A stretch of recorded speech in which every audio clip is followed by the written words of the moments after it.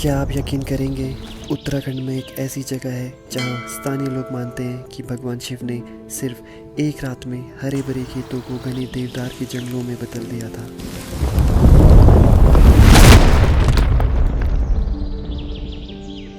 कहते हैं कि कई साल पहले यहाँ चारों तरफ खेती होती थी, लेकिन जब भगवान शिव साधु का रूप धारण करके इस जगह पर आए, तब एक ऐसी घटना हुई जिसने हमेशा के लिए इस जगह की पहचान बदल दी।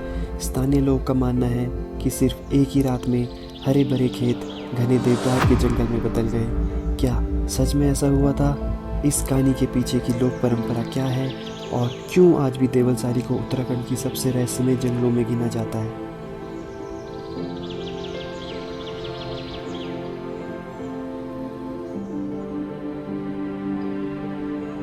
तो एक चीज़ समझ आ रही है कि दुख है ना जो वो हमेशा रहेगा जीवन में, जो चीज़ नहीं रहेगी वो है टाइम।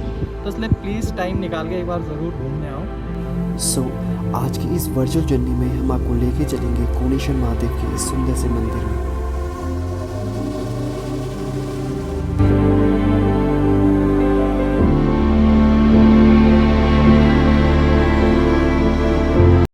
तो हमारी जर्नी शुरू होती है पहाड़ों की रानी मसूरी से।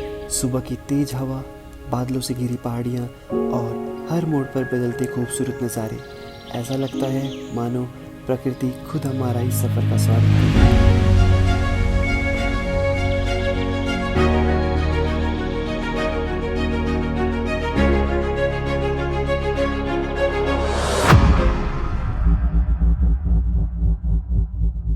सो hey guys, good morning, welcome back to another vlog. तो आज का इंट्रो देख के आप लोगों को पता चल गया होगा हम कहाँ जा रहे हैं। तो गाइज आज हम जा रहे हैं देवलसारी मंदिर, और वो मंदिर पाइन ट्री से कवर हो रखा है, जैसा आप यहाँ पे भी देख सकते हो।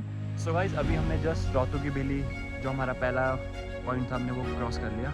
इसके आगे अभी अलमस आएगा पहले, उसके बाद थत्यूड़ वगैरह आएगा, फिर उसके लिए हमें ऊपर निकलना है वहाँ से देवलसारी के लिए। ज़्यादा दूर नहीं है, वहाँ से ऑलमोस्ट 15 किलोमीटर होगा।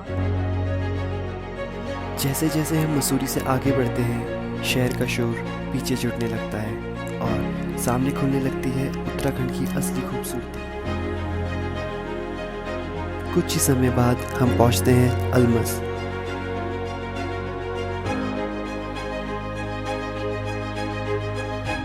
सो गाइस, सामने देखो, ये है अलमस विलेज, और इससे नीचे को जाना है हमें थत्यूड़ के लिए। बाकी यहाँ के मौसम कितना अच्छा हो गया।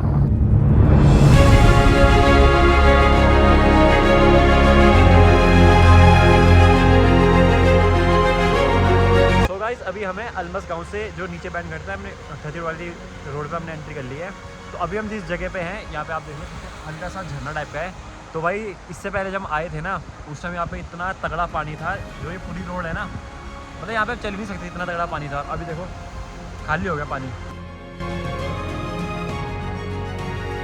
अलमस से आगे बढ़ते हुए सड़क कभी घने जंगलों के बीच गुजरती है, तो कभी गहरी घाटियों के किनारे किनारे। दूर तक फैले पहाड़, ठंडी हवा और हर मोड़ पर बदलते दृश्य इस सफ़र को यादगार बना देते हैं। तो गाइस, ये आ रही है हमारी अजाड़ रिवर, और जो ये पहाड़ है इसके अपोजिट साइड है देवलसारी। ठीक है, हमें इसके उधर जाना है। इन्हीं रास्तों से हम पहुंचते हैं थत्यूड़।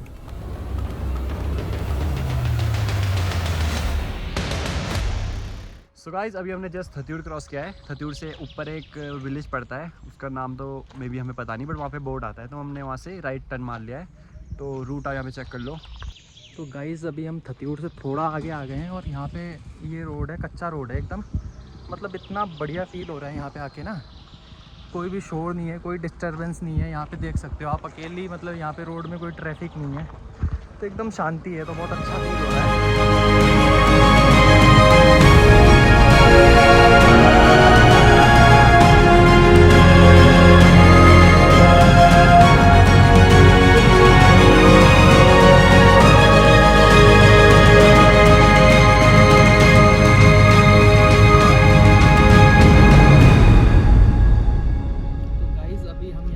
मार्केट से थोड़ा सा ऊपर आए हैं, यहाँ पे पीछे पे इस जगह पे तेवा विलेज है।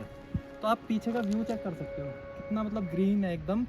तो एक चीज़ समझ आ रही है कि दुख है ना जो वो हमेशा रहेगा जीवन में, जो चीज़ नहीं रहेगी वो है टाइम।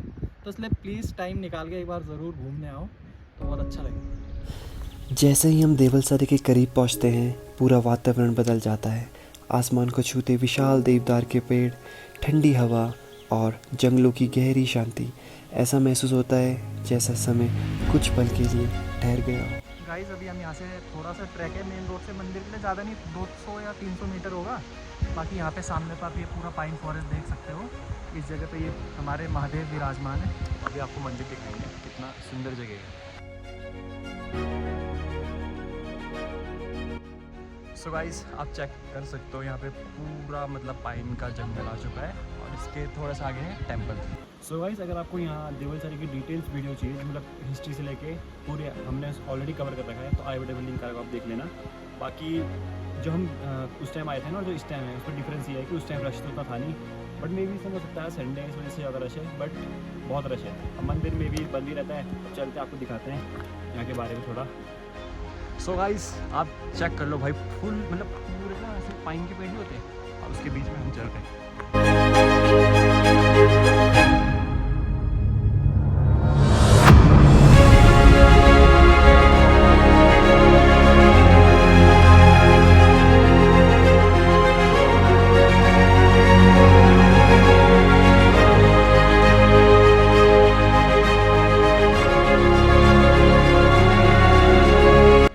दोस्तों आपको दिख सकता है मेरे पीछे घंटी की आवाज़ आ गई होगी, तो आप यहाँ पे देख सकते हो ये मतलब ये पाइन के जो पेड़ हैं कितने मतलब पास पास हैं।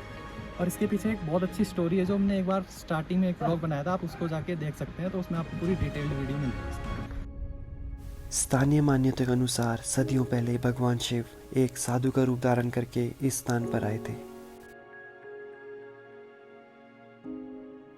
उस समय यहाँ चारों ओर खेती होती थी और ये भूमि बंसील गांव के परिवार की मानी जाती थी। सितंबर का महीना था और यहाँ की प्रसिद्ध जवारी यानी लाल धान की फसल पूरी तरह पक चुकी थी। पास बहने वाली अग्यार नदी का पानी इन खेतों की सिंचाई करता था।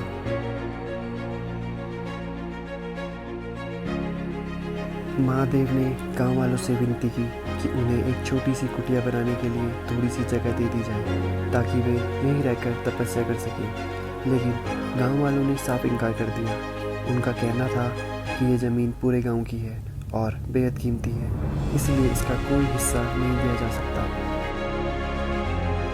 लोक परंपरा के अनुसार गांव वालों के इनकार के बाद साधु रूप में आए महादेव ने जाते जाते केवल एक बात कही, कल सुबह अपने खेत जरूर देखना।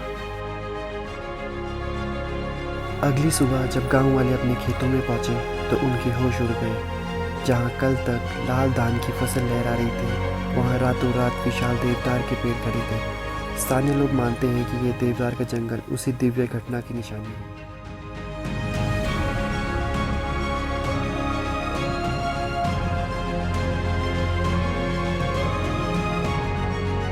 आज जब आप इस जंगल के भीतर चलते हैं तो देवदार के पेड़ों की कतारें बिल्कुल वैसी दिखाई देती है जैसे किसी खेत में धान की रोपाई की गई। शायद यही वजह है कि इस स्थान को केवल एक जंगल नहीं बल्कि भगवान शिव की कृपा से जुड़ा एक पवित्र स्थान माना जाता है।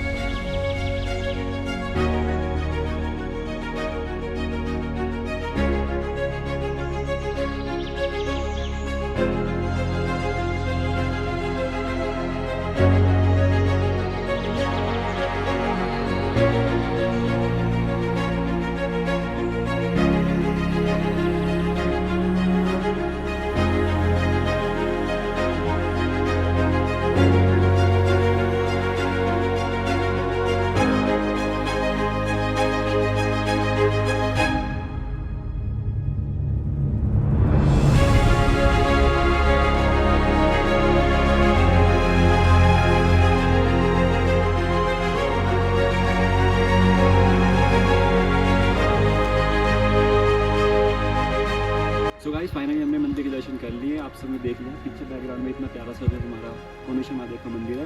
तो बेसिकली ऐसा जैसे सेंटर पे मंदिर है और इसको पूरा कवर करा है पाइन की ट्री में। जो इसकी स्टोरी है वो बहुत लंबी स्टोरी है, अगर डिटेल में आपको देखना है तो ऑलरेडी हमने वीडियो बना रखा है, आप उसमें देख सकते हो। बाकी सैटरडे संडे को यहाँ पे रश ठीक ठाक रहता है, आप आ सकते हो। और अगर मंदिर आपको तब आना है मंदिर ओपन हो तब आपको अगस्त में आना पड़ेगा, तो यहाँ पे जागरा वगैरह फेस्टिवल होता है, तो वहाँ पे आपको मंदिर ओपन मिलता है। दर्शन वगैरह हो गए हमारे, तो अगर आपको आना है तो आप किसी भी दिन आ सकते हो वीक में। बाकी चलते हैं, बारिश भी आ गई है। वीडियो अच्छी लगी तो लाइक कर देना, चैनल को सब्सक्राइब करना, और मिलते हैं जल्दी। बाय।